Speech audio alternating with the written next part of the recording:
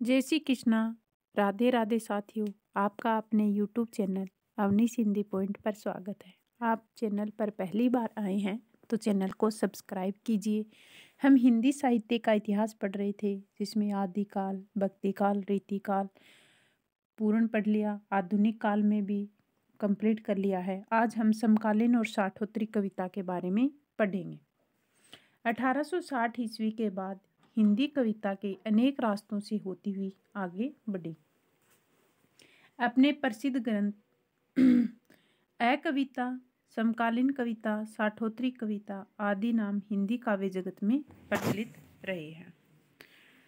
1960 के बाद हिंदी के पुराने कवियों के काव्य संग्रह भी प्रकाशित हुए। महादेवी वर्मा का काव्य संग्रह अग्निरेखा 1960 में उनकी मृत्यु उपरांत प्रकाशित हुआ।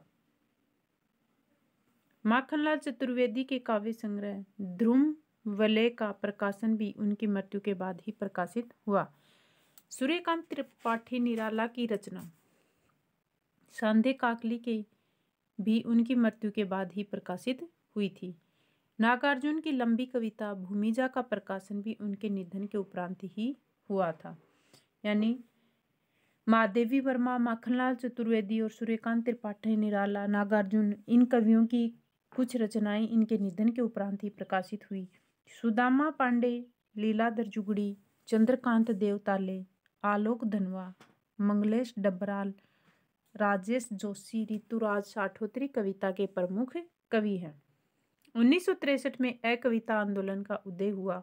जगदीश चतुर्वेदी के संपादन में 1966 में ए कविता पत्रिका का आरंभ हुआ। तो ए कविता पत्रिका किसने निकाली? जगदीश चतुर्वेदी ने। और ए कविता आंदोलन का उदय हुआ 1963 ईस्वी में।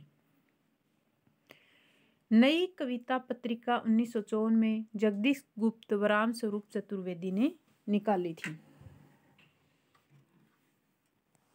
1942 में अग्निवीणा कन्हैयालाल सेठिया और अग्निपंखी सूर्यबाला ने निकाली। प्रयोगवाद के समय 3 कवियों ने मिलकर प्रपद्यवाद शीर्षक से एक काव्य संग्रह का प्रकाशन करवाया, जिसमें नलिन विलोचन शर्मा, केसरी कुमार सिंह, नरेश मेहता की कविताएं संकलित थी। इन तीनों कवियों के नाम के आदि अक्षरों यानी प्रारंभ के अक्षरों को मिलाकर इसे नकेनवाद नाम दिया गया। प्रपद्यवाद का दूसरा नाम क्या दिया गया? नकेनवाद। वाम कविता युत्सावादी कविता के प्रवर्तक सलभ श्री राम सिंह माने जाते हैं। समकालीन कविता का प्रवर्तक डॉक्टर विशंबर नाथ उपाध्याय को माना जाता है। सनातनी सूर्योदयी कविता के प्रवर्तक कौन थे? वीरेंद्र कुमार। समकालीन के तो विशंबर नाथ उपाध्याय और सनातनी के वीरेंद्र कुमार। लीलाधर जुगड़ी, बलदेव खटीक बहुचर्चित कविता है इनकी। नाटक जारी है, रात अब भी मौजूद है, बची हुई पृथ्वी, अनुभव के आकाश में चांद, ये लीलाधर जुगड़ी की रचनाएं हैं। सुदामा पांडे धूमिल, इनकी रचनाएं हैं। संसद से सड़क तक, सुदामा पांडे का प्रजातंत्र, कल सुनना मुझे, जिसे 1979 में साहित्य अकादमी मिला था। अगले कवि हैं उदय प्रकाश। सुनो कारीगर और अबूतर कबूतर, ये इनकी 2 रचनाएं थी। मणि मधुकर, ये राजस्थान के थे। बलराम के हजारों हाथ इनकी रचना थी। चंद्रकांत देव ताले, हड्डियों में छिपा जवर, दीवारों पर खून से, लकड़ बग्गा हंस रहा है रोशनी के मैदान की तरफ।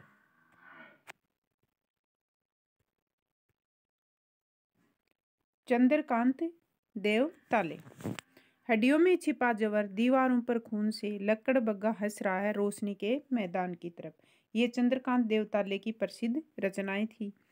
मंगलेश डबराल, पहाड़ पर लालटेन और घर का रास्ता, 2 महत्वपूर्ण रचनाएं हैं इनकी। कई बार एग्जाम में आती है। पहाड़ पर लालटेन किसकी है? मंगलेश डबराल की। नंद किशोर आचार्य, जो बीकानेर के थे, चौथा सप्तक के कवि भी थे। जल है जहां वह एक समुद्र था, शब्द भूले वे रेत राग, ये इनकी रचनाएं हैं। श्रीकांत वर्मा, श्रीकांत वर्मा की रचनाएं हैं। जलसा घर, भटका मेघ, दिनारंभ, माया दर्पण, गरुड़ किसने देखा है और मगध। अरुण कमल की रचनाएं हैं। अपने केवल धार, सबूत और नए इलाके में। दुष्यंत कुमार हिंदी में गजल विद्या के प्रतिष्ठापक थे। सूर्य का स्वागत, साए में धूप, ये महत्वपूर्ण रचना है। आवाजों के घेरे में एक कंठ विस्पाई, ये भी महत्वपूर्ण है। एक कंठ विस्पाई और साए में धूप। हिंदी गद्य साहित्य का विकास। गद्य का आविर्भाव आधुनिक काल की सबसे प्रधान साहित्यिक घटना है, ये रामचंद्र शुक्ल ने कहा है। आधुनिक काल के पहले हिंदी में गद्य साहित्य बहुत कम लिखा गया। आधुनिक काल के आरंभ होते ही हिंदी में गद्य साहित्य पर्याप्त मात्रा में लिखा जाने लगा। इसलिए आचार्य रामचंद्र शुक्ल ने आधुनिक काल का नाम क्या दिया था? गद्य काल की संज्ञा दी थी। हिंदी गद्य साहित्य के जन्मदाता भारतेंदु हरिश्चंद्र माने जाते हैं। आधुनिक काल के पहले ब्रज भाषा में भी गद्य साहित्य की रचना हुई। गोस्वामी विठलनाथ कर श्रृंगार रस मंडन, गोस्वामी गोकुलनाथ कर 84 वैष्णव की वार्ता, 252 वैष्णव की वार्ता, पंडित वैकुंठ मणि शुक्ल रचित अगहन महात्म्य, वैशाख महात्म्य आदि ब्रज भाषा गद्य की प्रमुख रचनाएं हैं। यानी आधुनिक काल से पहले भी गद्य की रचनाएं लिखी गई थी। अगला है खड़ी बोली गद्य। खड़ी बोली गद्य की प्रथम रचना गंग कवि रचित चंद छंद वर्णन की महिमा मानी जाती है। खड़ी बोली गद्य के प्रथम प्रौढ़ लेखक राम प्रसाद निरंजनी है। यह बात महत्वपूर्ण है, कई बार एग्जाम में आई है। खड़ी बोली गद्य की प्रथम परिमार्जित रचना राम प्रसाद निरंजनी कृत भाषा योग वशिष्ठ है। तो राम प्रसाद निरंजनी ने कौन सी लिखी? भाषा योग वशिष्ठ। खड़ी बोली के नामकरण कर्ता लल्लू लाल माने जाते हैं। खड़ी बोली शब्द फोर्ट विलियम कॉलेज की टकसाल से निकला है। खड़ी बोली को राहुल सांस्कृत्यायन ने, कोरवी जॉर्ज गिरियसन ने वर्नाकुलर हिंदी, जॉन गिलक्रिस्ट ने टकसाली भाषा कहा है। खड़ी बोली का प्रथम कवि कौन था? अमीर खुसरो था। खड़ी बोली का प्रथम महाकवि अयोध्या सिंह उपाध्याय हरिओद था। तो खड़ी बोली का प्रथम कवि पूछे तो अमीर खुसरो, और महाकवि पूछे तो अयोध्या सिंह उपाध्याय हरिओद। खड़ी बोली प्रथम का महाकाव्य प्रिय प्रवास जो हरिओद जी का ही था 1914 में, इसमें 17 सर्ग थे। खड़ी बोली का प्रथम खंड काव्य जयद्रथ वध मैथिली शरणगुप्त का है, 1910 में प्रकाशित हुआ। खड़ी बोली का प्रथम समर्थ कवि, समर्थ पूछा जाए तो श्रीधर पाठक। खड़ी बोली का प्रतिष्ठापक महावीर प्रसाद द्विवेदी को माना जाता है। खड़ी बोली गद्य के आरंभिक विकास में लेखक चतुष्टय व राजा देय का योगदान महत्वपूर्ण है। लेखक चतुष्टय में कौन कौन से कवि आते हैं? मुंशी ईसा अल्लाह खां, सदा सुखलाल नियाज, सदल मिसर, लल्लू लाल को लेखक चतुष्टय के नाम से जाना जाता है। मुंशी इसायत अल्लाह खां और सदा सुखलाल नियाज स्वतंत्र लेखक थे। सदल मिसर और लल्लू लाल का संबंध फोर्ट विलियम कॉलेज कलकत्ता से था। इस कॉलेज की स्थापना 1800 ईस्वी में लॉर्ड वेलेस्ली द्वारा ब्रिटिश सिविल सर्वेयर्स को भारतीय भाषा ज्ञान देने के उद्देश्य से की गई। इस कॉलेज में सर जॉन गिलक्रिस्ट हिंदुस्तानी भाषा विभाग के अध्यक्ष थे। गिलक्रिस्ट ने कॉलेज के विद्यार्थियों के लिए पुस्तकें लिखने के लिए खड़ी बोली और उर्दू दोनों में मुंशियों की नियुक्ति की थी। खड़ी बोली में पुस्तकें तैयार करने के लिए खड़ी बोली में पुस्तकें तैयार करने के लिए 3 भाषा मुंशी नियुक्त किए गए थे, सदल मिसर, लल्लू लाल और गंगा प्रसाद शुक्ल को। उर्दू वाले संस्कृत निष्ठ हिंदी को बाखा कहते हैं, यानी उर्दू के जो लेखक थे वो संस्कृत निष्ठ जो हिंदी थी उसे बाखा कहते हैं।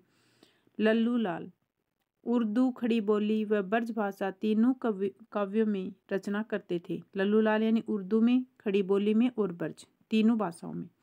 इनकी कृतियां हैं सिंहासन 32, वेताल 25, शकुंतला नाटक और माधवा नल, ये उर्दू में लिखा गया। प्रेम सागर खड़ी बोली में रचित ग्रंथ है जिसमें श्रीमद् भागवत पुराण के 10वें स्कंद की कथा वर्णित है। तो लल्लू लाल की रचनाएं कौन सी है? सिंहासन 32, वेताल 25, शकुंतला नाटक, माधवा नल और एक प्रेम सागर। इन्होंने लाल चंद्रिका शीर्षक से बिहारी सतसई की टीका भी लिखी थी। लल्लू लाल ने भाषा कृष्णोपासक व्यासों की सी ब्रज रंजित खड़ी बोली थी। अगले कवि आते हैं सदल मिसर। नासिक के तोपखान के रचयिता थे। इनकी भाषा में पूर्वीपन यानी बिहारीपन पाया जाता है। शुक्ल ने इनकी भाषा को व्यवहार उपयोगी कहा है। सदा सुखलाल नियाज, इनकी रचना सुख सागर थी। ये कथावाचक पंडितों की भाषा कैसी थी? कथावाचक पंडितों जैसी। उर्दू के बढ़ते प्रयोग के कारण इन्होंने लिखा था, रस्मों रिवाज भाखा का दुनिया से उठ गया। अगले हैं मुंशी इंसा अल्लाह खां। रचना इनकी थी रानी केतकी की कहानी या उदयभान सरित। इसे हिंदी की प्रथम कहानी माना जाता है। भाषा रंगीन, चुलबुली, चटकीली, मटकीली, चटपटी व चलती हुई थी। बाबू श्याम सुंदर दास ने लेखक चतुष्टय में ने सर्वाधिक महत्व दिया है। लेखक चतुष्टय का क्रम सदा सुखलाल नियाज, इंसा अल्लाह खां, लल्लू लाल और सदल मिसर थे। शुक्ल के अनुसार मुंशी सदासुख ने लेखनी चारों में सबसे पहले चलाई थी, अतः गद्य का परिवर्तन करने वालों में उनका स्थान विशेष समझना चाहिए। यह बात रामचंद्र शुक्ल ने सदा सुखलाल नियाज के बारे में कहा है। अगली बात रामचंद्र शुक्ल ने क्या बोली है? आधुनिक हिंदी का पूरा आभास मुंशी सदा सुख व सदल मिसर की भाषा में मिलता है। व्यवहार उपयोगी भाषा इन्हीं की ठहरती है। इन दो में भी सदा सुख की भाषा अधिक महत्व की है। प्रेम सागर रचना किसकी है? लल्लू लाल की। आगे राजा द्वे। खड़ी बोली हिंदी गद्य के आरंभिक लेखकों में राजा द्वे का स्थान महत्वपूर्ण है। राजा द्वे में कौन कौन आते हैं? शिव प्रसाद सितारे हिंद और लक्ष्मण सिंह को राजा द्वे के नाम से जाना जाता है। राजा द्वे ने इन दोनों की उपाधि थी, इन्हें अंग्रेज सरकार ने प्रदान की थी। राजा शिव प्रसाद सितारे हिंद, इन्हें ब्रिटिश सरकार ने राजा सितारे हिंद की उपाधि प्रदान की।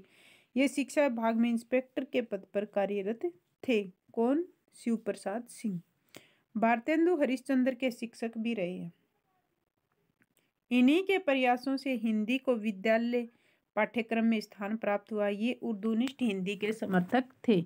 इन्हें अपनी भाषा नीति के प्रचार के लिए 1845 में काशी से बनारस अखबार का प्रकाशन आरंभ किया, जो उत्तर भारत से प्रकाशित होने वाला पहला समाचार पत्र था। कौन सा अखबार? बनारस अखबार। बनारस अखबार की भाषा उर्दू और लिपि देवनागरी थी। सितारे हिंद आरंभ में उर्दूनिष्ठ हिंदी के समर्थक नहीं थे। इन्हें उर्दूनिष्ठ हिंदी का समर्थन विवशतावश करना पड़ा। उस समय हिंदी और उर्दू का विवाद चरम पर था तथा फ्रांस में बैठे बैठे ताशी इस विवाद को बढ़ावा देता रहता था। ताशी ने हिंदी को क्या कहा है? बद्दी बोली की संज्ञा दी है। उस समय अंग्रेजों पर सर सैयद अहमद खां का प्रभाव था, जो हिंदी को गंवारी बोली कहकर उसका विरोध किया करते थे। मुसलमान हिंदी को मुस्लिम जबान कहकर उसे विद्यालय पाठ्यक्रम में सम्मिलित करने का विरोध कर रहे थे। ऐसी स्थिति में हिंदी के आरंभिक विकास के लिए सितारे हिंद को उर्दूनिष्ठ हिंदी का समर्थन करना पड़ा। इतिहास तिमिर नाशक तथा बनारस अखबार की भाषा अरबी फारसी बहुल हिंदी थी। सितारे हिंद की आरंभिक पुस्तकें सरल बोलचाल की हिंदी से लिखी गई। इन्होंने छात्रों के लिए अनेक पुस्तकें लिखी। इनकी कृतियां हैं राजा भोज का सपना, इतिहास तिमिर नाशक, वीर सिंह का वृत्तांत, आलसियों का कोड़ा, मानव धर्मसार, सिखों का उदय, भूगोल, हस्तामलक, उपनिषद सार और वामा मनोरंजन। शिव प्रसाद सितारे हिंद की रचनाएं। राजा लक्ष्मण सिंह सितारे हिंद की भाषा नीति के विरोधी थे। इन्होंने संस्कृत निष्ठ हिंदी का समर्थन किया है। अपनी भाषा नीति के प्रचार प्रसार के लिए 1861 में आगरा में प्रजा हितैषी का प्रकाशन आरंभ किया। इन्होंने कालिदास के नाटक अभिज्ञान शाकुंतलम का शकुंतला शीर्षक से हिंदी अनुवाद किया।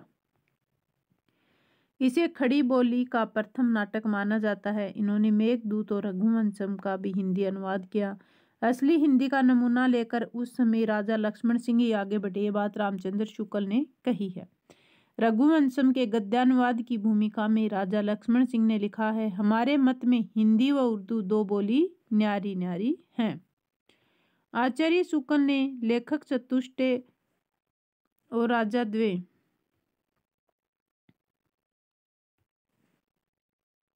की भाषा का तुलनात्मक वर्णन करते हुए लिखा है, मुंशी सदा सुखलाल की भाषा पंडिताऊ पर लिए हुए थी, लल्लूलाल में ब्रजभाषापन था। सदल मिस्र में पूर्वी पंथा अधिक था। राजा लक्ष्मण सिंह की भाषा विशुद्ध और मधुर तो थी, पर आगरे की बोलचाल का पुट उसमें भी कम न था।